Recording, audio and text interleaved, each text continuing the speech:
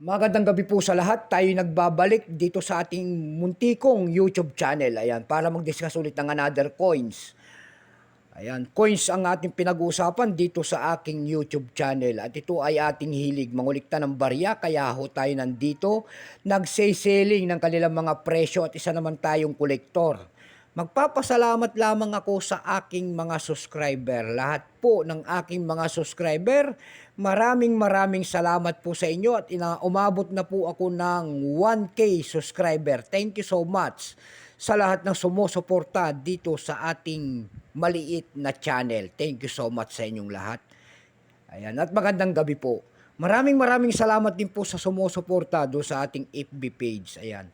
Lahat po ng sumusuporta sa ating FB page, thank you so much sa inyong lahat. God bless. Lalo na yung mga nagsisit ng star sa akin dyan, maraming salamat po. Yun naman pong hindi pa nakapag-subscribe dito sa ating YouTube channel. Ayan, baka pwede naman makisuyo sa inyo. At malaking tulong na po o bagay ang yung magagawa tulad ng pagpindot sana ng ating subscribe button, like and share para ma-update naman kayo sa ating mga latest na gagawin mga video po.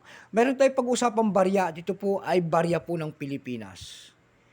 Ayan, year 1968. Ayan, mga lumang barya. 25 centimos ni Juan Luna. Nakapaloob po ito sa ating Plaura Impaw na series yata. Kung hindi ako nagkakamali. Ayan. Excuse me po. Tignan natin ang kanyang presyo sa ating mga online selling kung magkano na. Pero bago yan, kilalanin mo muna natin siya. Issue po nito ay Philippines po. Period Republic 1946 up to date po. Type nito standard circulation coins years 1967 hanggang 1974. Value nito 25 centimos. Currency piso 1967 up to date. Composition nyo na nickel brass. May bigat lamang 4 grams. May habang 21 mm. May kapal po naman itong 1.72 mm. Hugis po bilog. Orientation nito ay middle alignment. Itinigil naman ng paggamit ng Pilipinas sa barya na ito noong January 2, 1998. Number Industry 753. Reference number KM-199. Ayan. Ito pong year 1968, hindi po rito ginawa to. Ginawa po ito sa San Francisco, Mint.